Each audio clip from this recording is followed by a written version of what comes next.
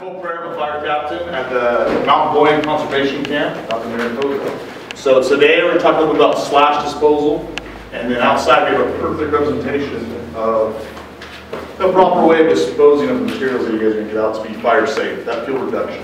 Okay? See if I can work this thing out here. There we go. So slash disposal. So once the ladder fuels and brush have been cut out, they need to be dealt with. So a lot of times we'll see people go up there and start cutting brush and they'll just leave it as it lays. So what you're doing there is making multiple brush piles within your property. So it's really not doing what we want to do the proper way of that disposal. So I'm going to show you guys a couple different options today. So as it says, leaving the slash below a tree is worse than not even cutting it at all. Methods of slash disposal are chipping, burning, mastication, and weeding. We're going to talk about that stuff. So chipping. Pros, no burning involved. Is not dependent on air quality permission, permissive burn days, or weather. And then air quality is unaffected. So getting that out there, a lot more manpower. You have to be able to get your hands on a chipper, which I actually have some information that I got out there for you guys here in a little bit that I'll tell you. And go over some of the cons here. Can be expensive. Brush must be hauled to the chipper, or vice versa. Labor intensive and leaves a chip pile. I heard you guys talking about that at the beginning of the presentation with Captain Bigelow. Very labor intensive. I mean, for the average person, if you guys have a big piece of property, trying to take those limbs out and then dragging that brush all the way to a location where you do want to chip, that's a lot of work. And then in a little bit, you guys will be introduced to the professionals out there that we brought with us that do that pretty much every day. So burning, less expensive, can be piled near to where it was cut, requiring less labor, and then no debris is left. If you guys do it properly, it's a less expensive way, and if you guys are using common sense and going through the proper steps of mitigating the issue of taking that brush away and burning it, and on the permissive burn date is a big, really key one, as you guys have probably seen this fire season. It's a good option, and that's what the little prop we have outside. We're going to show you guys a proper way of going about that. Okay? The cons requires a permit on the permissive burn days. Risk of escape. If the fire is not closely attended, and an adverse effect on air quality. So air quality, all that stuff kind of runs inside. The big one is permissive burn days. So when I was at the station, we'd get calls on a daily basis. Is it okay to burn today? Well, I was listening to the radio, so the best way is to call that contact number that we have, I believe, on the next slide here. That keeps you out of trouble. So if something, God forbid, does happen, you're covered on that basis. So you don't have Captain Periera going, well, I think so. Well, you guys go ahead and go for it. And I said it's okay. Well, I'm not going to say that, so it's going to cover my butt. But you guys are able to call that contact number. If you even think there's, I mean, it can be raining outside that day. Just go ahead and get that warm, fuzzy feeling for you guys to go ahead and do that. Okay?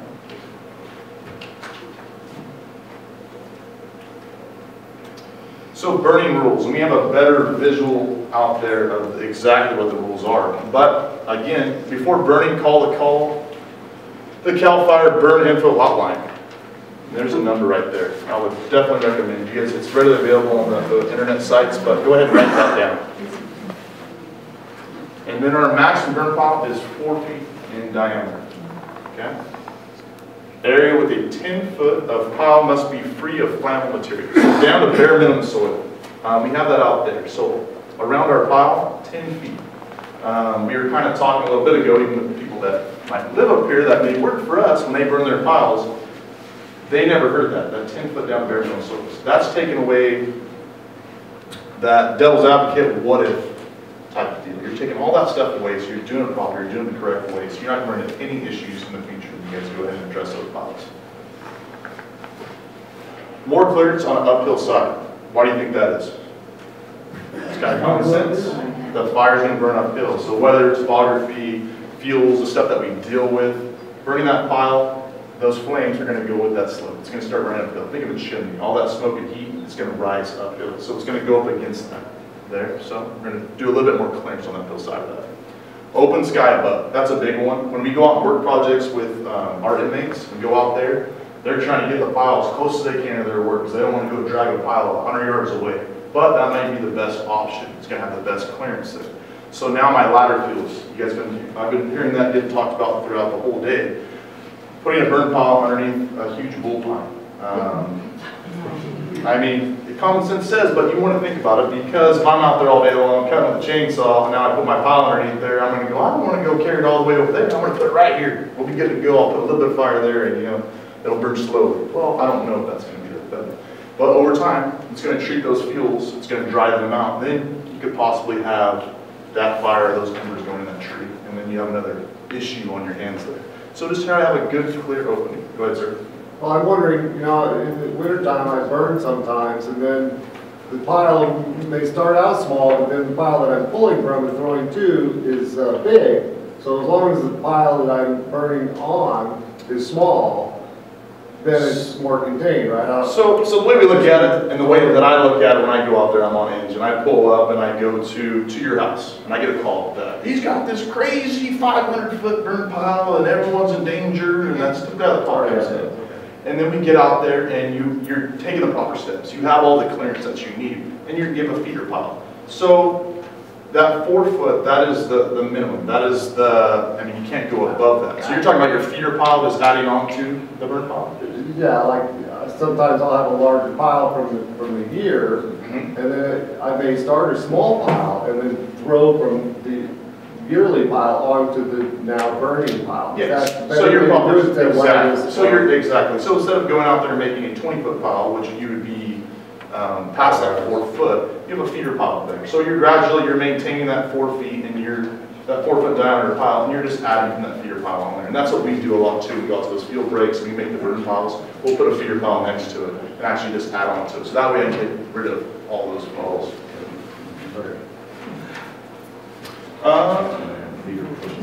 Open sky above. A tenant must be present with a shovel until fire is out. So we have to have someone out there. You guys can't go out there and just light the pile up and then go drink your coffee and go on with your day. People see that, especially in the community that you guys come from, with its high risk, high fire danger. So for me, if I'm driving down the road and I see a burn pile out on someone's property, there's no one around, to me, I see a vegetation fire. And that's definitely, everyone's on the radar there, they're going to call that in, and they will come out. We've seen that a lot up here, even along the highway. Because you guys are trying to get as much, you have limited time, you guys have your own jobs, you're trying to do the best you can to take care of those issues. But you have to be not negligent, you have to keep an eye on that fire. You guys have seen, last year in January, we had a fire within the unit that we work in here. So with the summer months not really turning into winter, and kind of almost going year round, you really got to pay attention. You got to have someone out there in case it does get a big leak with all the proper tools that we're going to show you outside and stuff. Don't burn when it's windy. We talk about those embers or those brands that are getting tossed out. Even though you have a 4x4 pile, if I go out there and it's 30-mile-an-hour winds outside, and I'm really not, I'm seeing the fire that's in front of me, well, they're going to take those ember casts and may throw into a receptive fuel bed, which is grass. A receptive fuel bed is light flashy fuels, we like to call it. So it could throw into there, you sit there, you put your pile on, now you go drink your coffee because it's all done, and now you look back and you see a big plume of smoke. Well, it could have done that. So just use common sense when it comes to it. Stage excess brush outside. Cleared area for later addition to the fire. So we talked about that. So a feeder pile. So stage the excess brush. So I make my pile, I have my 4 foot, that's where I'm going to start, and now I have my brush I'm just going to add onto that pile. So you're still doing the same purpose. You don't need to have a million 4 foot piles. You may be able to have 3 or 4 4 foot diameter piles, and then I have my feeder piles I'm going to add on. And there's a perfect example outside when we go up.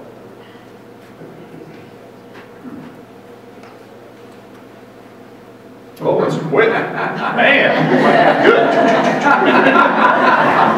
So any questions you guys already have? Once we get outside, I'm a visual guy, so I can visually see that when we get started. And then we have the professionals out there too. Go ahead, Beth. What's your threshold for windy? Like how many miles per hour would you say? I mean you said common sense, but... So when it goes back to, first off, I'm going to start with that number. That's what I always tell them there. So they're going to kind of look at that on the wind days, and they may make the decision too. If it's even going to be permissible to burn. The common sense is if I put the fire on there, or I start my burn pile, and it's just blowing smoke out into the receptive fuel beds, or I'm not going to be able to give you a definitive answer on that, but I'm going to say 5 mile an hour. So, but that's not, I mean, there's nothing written in stone. The best way to keep you guys yourselves out of trouble is to call that number, and they're gonna cover that basis. I've had piles that I've burned before and come back 3 days later and they're still hot and burning down inside. I've, you know, gone back and turned them and stuff, and they're still kind of moving. You just have to keep watching them, right? So to do it properly, we'll keep on watching, or you're gonna be out there until you get all those fuel. So you're taking away that fuel reduction. Think of a campfire. You wake up in the morning, it's still smoking, obviously. You wouldn't leave that campfire and take off and leave it up in the mountain somewhere. You have to take care of that, address it, put water on it until that fire's no more heat inside of there, and that's what we're looking for, because there is issues with that. You think you're good, your pile's all the way out, it's down to white ash. Well, I got my 10-foot clearance, I'm good to go. Well, now the next day, that wind does come into effect. Now I have 10-mile-an-hour winds. Now it's not a permissive burn day. Now I'm drinking my coffee, hanging out for the day, doing whatever I may be, going to town, and I come back and I have a fire on my property. So we're gonna ask of you, and that's where we're gonna go over having the proper water, tools out there to dispose and make sure that pile is completely out. So you don't run into issues. That's the biggest thing. Go ahead. I had a question, is it okay to burn in a fire pit, enclosed fire pit, on non-permissive burn day? So a warming fire, so a camp, a non-permissive, is this gonna be at your house? Yeah. And is the fire pit around, let's say? It's got clearance all around it. Okay, so it's got clearance all the way around it and not permissive. It's got a cover and everything. When it comes to a warming fire, and you live within the SRA, I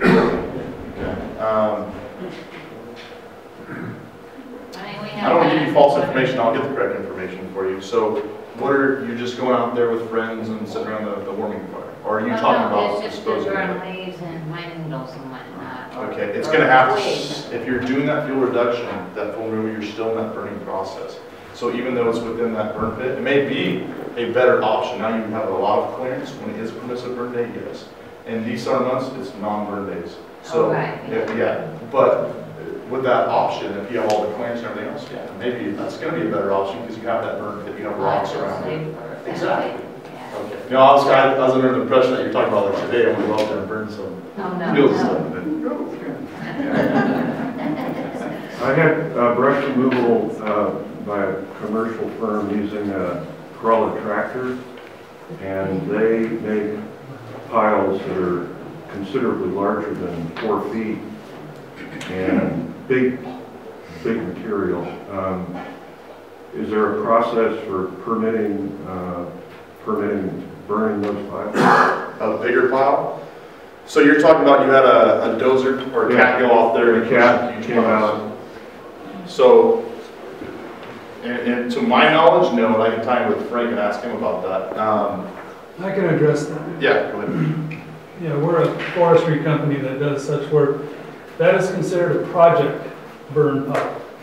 And that has to be cleared through CDF. They look at the size of the piles you're going to have. They look at the clearance, they look at the equipment on site. You're still subject to burn days. We generally, when we make project piles of that size, we usually will light those when we go into an open burning season. In other words, those piles, a portion of them will have been covered with plastic. We like to light those after we've had a good rain. So the plastic, once you pull it off, gives you good dry material to hopefully get a hotter and clean burn.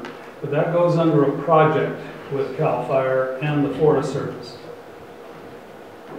Okay. Yeah, I was not knowledgeable with that, but that's good information there. And then again, also, I actually will tie in with Frank. So any other questions that I can't answer today, I'll get you that information. Just come to me after this. But typically with that 4 foot in diameter one is good. The big one is chipping. This is something that was new to me that I just looked at. There's a grant that came through Mariposa County Fire Safe. There's a flyer out there. So if you guys are looking to chip any brush or that fuel reduction on your property, there's actually a program out there that we, as the conservation camp, will actually come back out. That's when we do a lot of work with them and do the chipping for you. So if you guys can get those materials, it's to a navigable roadway, someone that's a quick access, that program is actually out there. If you contact them, and we can go out there. If you guys cut the brush, we'll go out there and actually do the chipping. What would be the diameter of the limbs for chipping? That would have to depend on the chipper itself, and I'm not too sure. I know it's a pretty good diameter and size. If not, we make firewood into it. Yeah, I can answer that question. Because it's our chipper, it's 6 inches in diameter. Yes. Yeah, 6 inches. But a lot of that stuff too, we have the guys that watch and make firewood for you guys there. We stack up really nice next to the tree, and everything else gets disposed. So, and some chippers, Madera County Fire Safe Council over there. I mean, if you're able to use big 10-inch. Go ahead. Okay. I'm done talking.